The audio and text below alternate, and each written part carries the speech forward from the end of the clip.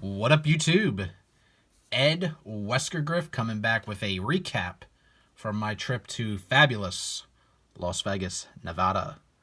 So, went out to Las Vegas this time last week, went out there for a full weekend, and this was a trip that I planned all the way back in 2019 and was originally going out to see two dates for Morrissey's residency at Caesar's Palace, and had tickets for the first two shows, but then we know what happened in 2020 with the pandemic and the world shutting down. So that got all the way postponed to last week was when the shows were.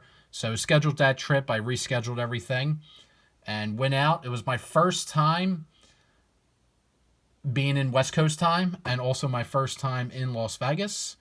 And I kind of was thinking of what adjectives to describe the city and the overall what goes on there. And nothing currently comes to mind. But I will say with absolute certainty that plenty of times, whether it be on Miko's podcasts or here on my channel, or even when I did a couple of videos with Filmington, and even on, I believe this was a topic on the IRP as well, about alternative sites for the National.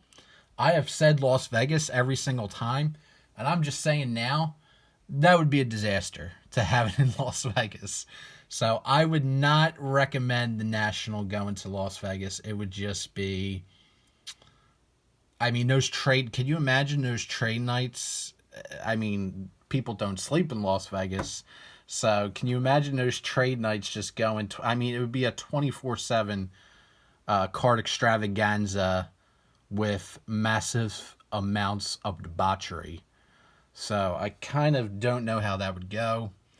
I'm guessing not good financially for most dealers. So X-nay that idea. That was not a well thought out proposition. But let's get into the recap from Las Vegas. So went to two really awesome shows at Caesars to see Morrissey. I've been posting some of those videos up on the channel. Most of the videos that I'm posting are for my own, just so I have records of them here up on the channel so I can watch anytime I want to. But did pick up some, I bought a bunch of merch, but picked up some autograph merch, so figure I show this off because I always tend to show off autograph pickups that I get from shows. But this is the 7-inch of It's Over, which is a cover of the Roy Orbison song, and it is signed there by Morrissey, so picked that up. And I think this is my third autograph of Morrissey for the collection. So happy about that. Cool signature there in blue. And the vinyl is actually a colored vinyl, colored to blue. So pretty neat. Nice little pickup there. And the other pickup that I got was, I did quite well in the limited gambling I did do. Just had a lot of dumb luck walking up to a couple tables and just catching some hot shooters on the dice tables. So won quite a little bit of bundles, and this is kind of going to be a long story, but I'll try to make it as short as possible. But there was a card at the National that really caught my attention, and the dealers were from Las Vegas. They actually have done some cool episodes with Bench Clear Media with Ty, and it's the Awesome Card Shop. So if you were at the National or you watch Bench Clear, I'm sure you are aware of that card shop, and Marcel is the owner, so he has done some videos with Bench Clear.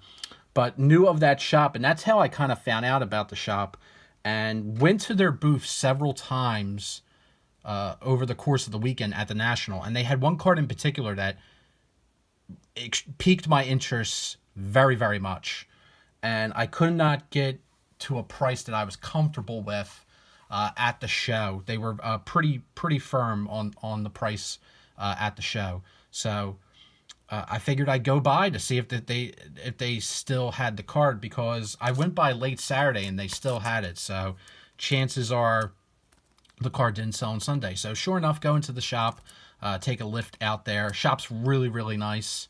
A lot of great cards in the display. They have a couple quarter boxes there at the shop. No dollar boxes. Thought there would probably be some maybe $1 or $5 boxes, since they probably didn't bring those to the National. But they just had, I think, 4 or 5 rows of quarter boxes. So I went through a few of those. Nothing really piqued my interest. But lo and behold, the card that I wanted to buy at the National was there in the showcase.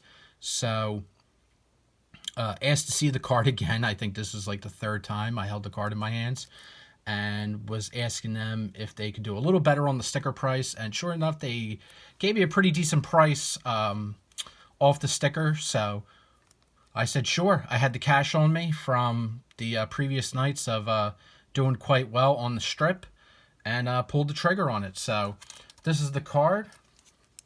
It is a 1954 Red Heart Richie Ashburn. So there you can see the sticker price. Let me get it out of this team bag. But it is a near mint 7 of the Richie Ashburn Red Heart, Hall of Famer for the Philadelphia Phillies and whiz kid extraordinaire. But this is just a beautiful, beautiful looking card. I know that these 54 Red Hearts are very, very condition sensitive. So there's not many in high grades, and the ones that are in high grades tend to sell for quite a pretty penny.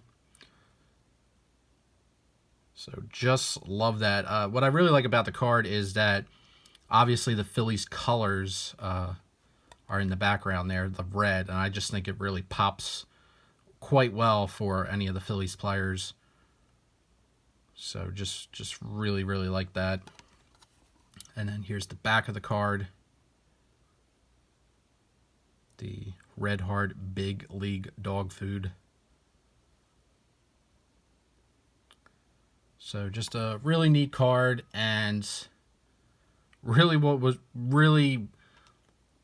was debating, going back and forth with myself at the National. Should I buy this card? Should I not? And I was pretty disciplined in my decision and just didn't do it. But I'm really glad that I had the opportunity out in Vegas to pick this card back up, because I mean, this is a card, especially in a high grade, that you're not really going to come around too often.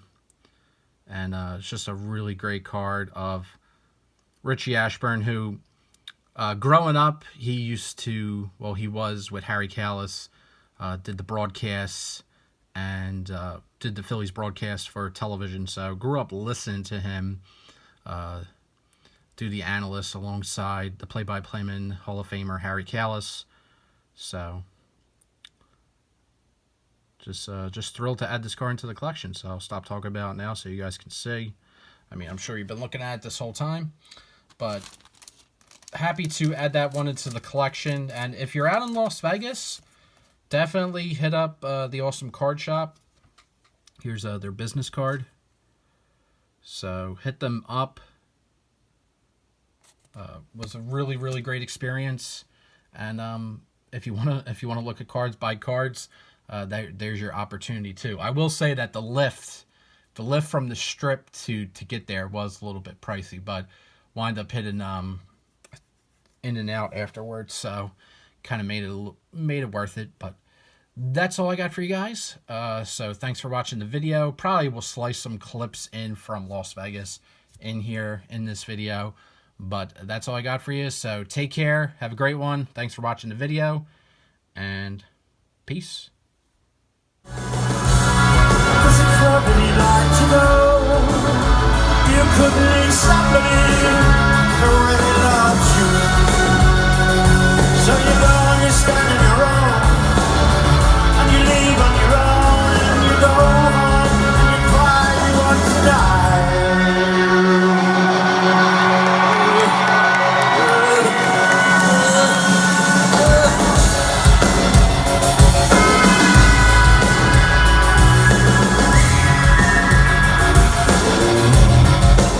Highest elevation tower in Las Vegas or North America.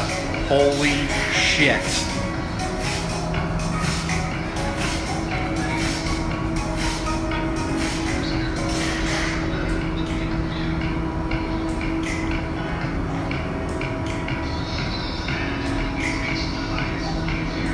Lights as far as I can see.